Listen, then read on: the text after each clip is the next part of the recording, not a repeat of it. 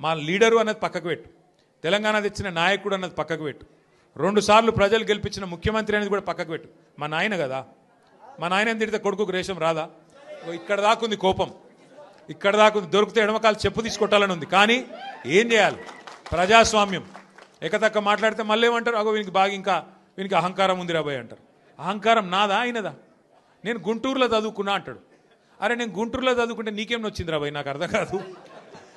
అప్పుడు ఆంధ్రప్రదేశ్ కలిసి ఉండే, నేను గుంటూరులో చదువుకున్నా, మళ్ళీ హైదరాబాద్లో చదువుకున్నా, పూనాలో చదువుకున్నా, అమెరికాలో చదువుకున్నా, నేను ప్రపంచం అంతా చదువుకున్నా.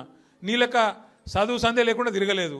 మీ అమ్మాయి నీకు చక్కగా తొవ్వ చూపెట్టలేదు. నేనేం చేయాలి దానికి? నీ ఏడిపోయింది నా మీద. అవో వీనికి ఇంగ్లీష్ వస్తుంది అంటాడు. అరే నాకు వస్తే నీకేం నొప్పిరా నాయన? నేర్చుకో. నేను హిందీ నేర్చుకున్నా, ఉర్దూ నేర్చుకున్నా, రేపు అవసరమైతే గోర్మాటి భాష నేర్చుకుంటా. నువ్వు నేర్చుకో. నేను ఎవడ నాపిండా? నిన్ను వద్దన్నాడు ఎవడన్నా? నువ్వు కూడా నేర్చుకో. దానికి కూడా ఏడిపోయి నా మీద. నేనేం చేసిన? ఇంకొక అంటే నాకు ఎక్కడ గమ్మత్ అనిపిస్తుంది అంటే, నేను ఆంధ్రాకి పోయి ఇంటర్మీడియట్ చదువుకుంటే తప్పట, కానీ ఆయన ఆంధ్రాకి వెళ్ళి అల్లుడిని మాత్రం తెచ్చుకోవచ్చట. ఈ అమ్మ ఇది ఎక్కడ కథ రాబోయ్? అందుకే ఇక ఆయన పేరు ఏం పెట్టినట్టుగా నేను ఇట్లా లాభం లేదని చెప్పి మనోని పేరుగా అల్లుడు భీమవరం కదా, అందుకే ఈయన చిట్టినాయుడు పేరు కూడా భీమవరం బుల్లోడు అని పెడితే అయిపోతుంది. ఓకే వెలుగు భీమవరం బుల్లోడు మనకు నీతులు చెప్తున్నాడు.